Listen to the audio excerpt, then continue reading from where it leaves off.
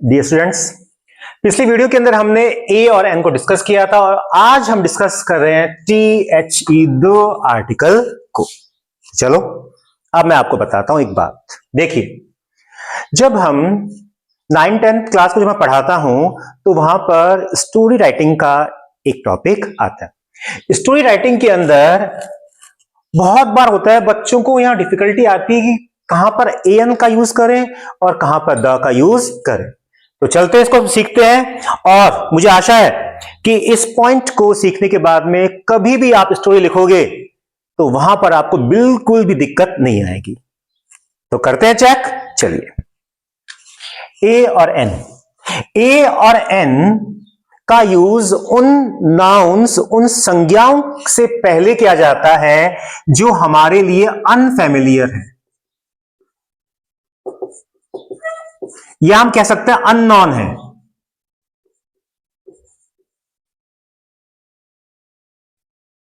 हो सकता है ऐसा कोई बच्चा हो जिसको ये दोनों वर्ड्स का मीनिंग नहीं पता है। एक बात मैं आपको बताता हूं कि कोई भी चीज है, एक वीक स्टूडेंट क्या होता है और एक गुड या एक बहुत अच्छा, एक जीनियस या कह सकते हैं एक इंटेलिजेंट स्टूडेंट में अंतर क्या होता है।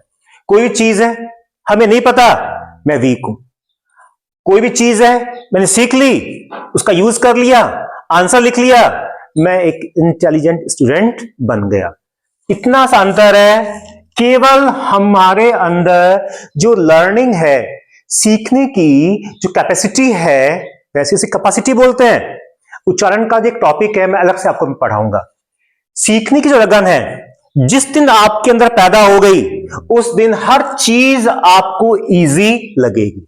अब देखिए, फैमिलियर परिचित, अन लगाते ही वो वर्ड बन गया उसको ऑपोजिट अपरिचित, नॉन परिचित और अन प्रीफिक्स को लगाते ही ये वर्ड है, ये बन गया अपरिचित। मतलब ए और एन का यूज उन सिंगुलर काउंटेबल नाउन्स से पहले किया जाता है जो हमारे लिए अननोन है, उनके बारे में हमें कोई भी नॉलेज, कोई भी इंफॉर्मेशन नहीं पता। और दा जो आर्टिकल है हम कह सकते हैं ये फैमिलियर के साथ इसका यूज किया जाएगा, या जो चीजें नॉन है, परिचित है, उन नाउन्स के साथ में, उन चीजों के साथ में द का प्रयोग किया जाता है। अब एक छोटे से एग्जाम्पल के साथ मैं आपको इसको समझाता हूं। देखिए आप लोग, once there was a king,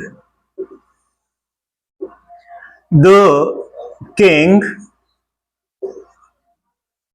was very kind and caring। अब देखिए, जब हम स्टोरी लिखते हैं और स्टोरी के अंदर अगर कोई सिंगुलर काउंटेबल नाउन है, कोई एकवचन संज्ञा है और उसका जिक्र पहली बार हो रहा है तो हम ए और एन का प्रयोग कर सकते हैं। दूसरे सेंटेंस में हमने किंग से पहले द का यूज किया है। फर्स्ट सेंटेंस में अपरिचित है और दूसरे सेंटेंस से लास्ट सेंटेंस तक किंग है, हमारे लिए फैमिलियर रहेगा, वो नॉन रहेगा, परिचित रहेगा, तो किंग के साथ में हम दा का प्रयोग करेंगे। इसको एक एग्जांपल से हम और समझते हैं। अब देखिए, मान लो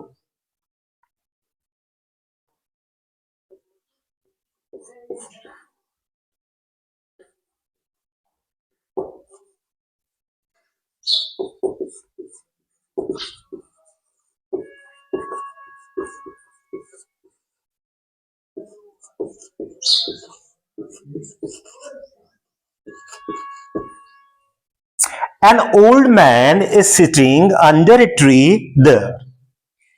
पेड़ के नीचे वहां एक बूढ़ा व्यक्ति बैठा हुआ है। अब देखिए, एन ओल्ड मैन, मैं कहता हूं वहां पेड़ के नीचे कोई बूढ़ा व्यक्ति बैठा हुआ है। अब मैं उस व्यक्ति के बारे में, ओल्ड मैन के बारे में कुछ नहीं जानता, उसको मैंने पहली बार देखा है, यानी जो ओल्ड मैन है वो मेरे लिए अनफेमिलियर है और अननोन है, इसीलिए इसके साथ में मैंने अन का प्रयोग किया है। ए क्यों नहीं, ओल्ड, ओ साउंड आया ना, ओ साउंड आया। ओ साउंड क्या है, वॉवल साउंड है, 12 खाड़ी की 2 लाइन है, तो जैसे ही वॉवल साउंड आएगा हम एन का प्रयोग करेंगे। An old man is sitting under a tree there, वहां पेड़ के नीचे कोई बूढ़ा व्यक्ति बैठा हुआ है, मुझे उसके बारे में कोई भी जानकारी नहीं है। अगर मैं लिखता हूं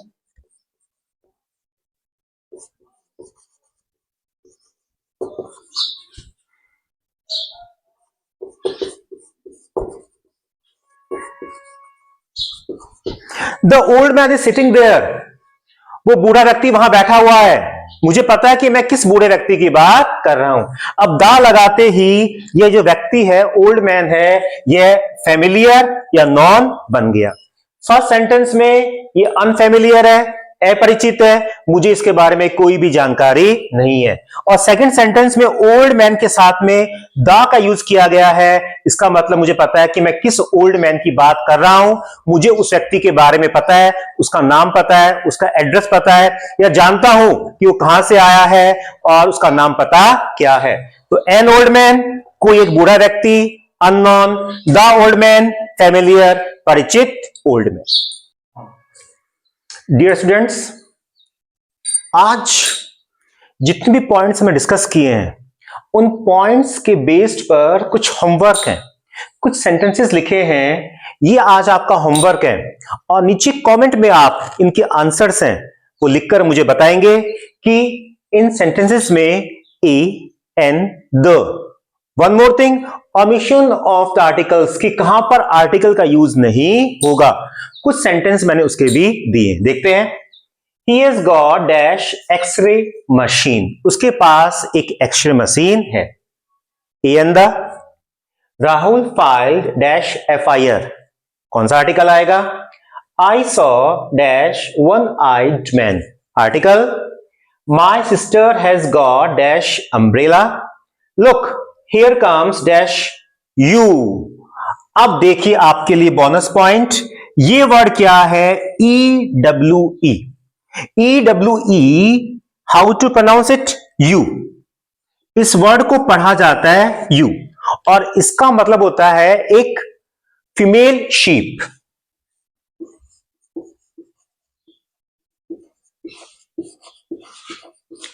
फीमेल शीप आपके लिए बोनस पॉइंट है। EWE, कई बार कॉम्पिटिटिव एग्जाम के अंदर ये वर्ड कई बार यूज हुआ है कि इस वर्ड को दे दिया जाता है और इसके पहले बताया जाता है कि कौन सा आर्टिकल आएगा या नहीं आएगा। तो सबसे पहले इस वर्ड का जो उच्चारण है वो हमें मालूम होना चाहिए। इस वर्ड को पढ़ा जाता है यू पढ़ा जाता है, और इसका मतलब होता है फीमेल शीप, एक मादा भेड़।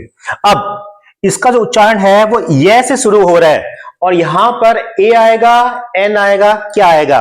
क्योंकि इसका जो प्रोनाउंसिएशन है वो ये से शुरू हो रहा है और यह एक कॉन्सोनेंट साउंड है, इसीलिए यहां पर ए का प्रयोग किया जाएगा। इसका आंसर मैंने आपको बता दिया। She goes for dash walk daily, walk से पहले। वन मोर पॉइंट, इस सेंटेंस में जो वॉक है वो वर्ब नहीं है, वो एक नाउन की तरह यहां पर यूज हुआ है। नेक्स्ट, आई विटनेस डैश एक्सीडेंट टुडे, आज मैंने एक एक्सीडेंट को देखा था। विटनेस को ना, उसे देखना। Dash accident was very fierce, जो एक्सीडेंट था वो बहुत ज्यादा भयंकर था। एन द, देखेंगे कौन सा आता है। नेक्स्ट, दे इलेक्टेड हिम डैश कैप्टन, उन्होंने उसे कैप्टन चुना था। अब यहां पर आर्टिकल आएगा या नहीं आएगा, इस चीज को मैं आगे वाले वीडियो में डिस्कस करूंगा, और टॉपिक होगा ओमिशन ऑफ द आर्टिकल्स, जहां पर आर्टिकल्स का यूज नहीं किया जाता। Last, English speak dash English, अंग्रेज लोग इंग्लिश जो भाषा है उसे बोलते हैं। तो कहां पर आर्टिकल आएगा और कहां पर आर्टिकल नहीं आएगा? इस सेंटेंस में जो इंग्लिश है ये अंग्रेज लोग हैं, और ये जो इंग्लिश है ये एक लैंग्वेज है, भाषा है। लैंग्वेज। ये पीपल है, अंग्रेज लोग यानी द ब्रिटिशर्स, और ये इंग्लिश है, भाषा। तो आप मुझे कमेंट बॉक्स में लिखना कि कौन सा आर्टिकल यहां पर आएगा। नेवर टेल डैश लाई, कभी झूठ नहीं बोलना चाहिए। ये आपका होमवर्क है, 10 सेंटेंसेस है। इनके जितने भी आंसर्स हैं आप मुझे कमेंट में लिखकर बताएंगे, ताकि मैं चेक कर सकूं और बता सकूं कि आपके आंसर्स कितने सही हैं। आज की क्लास आपको कैसी लगी?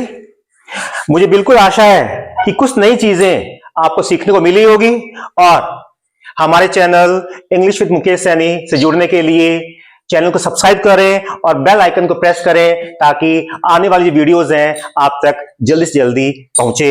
जय हिंद साथियों।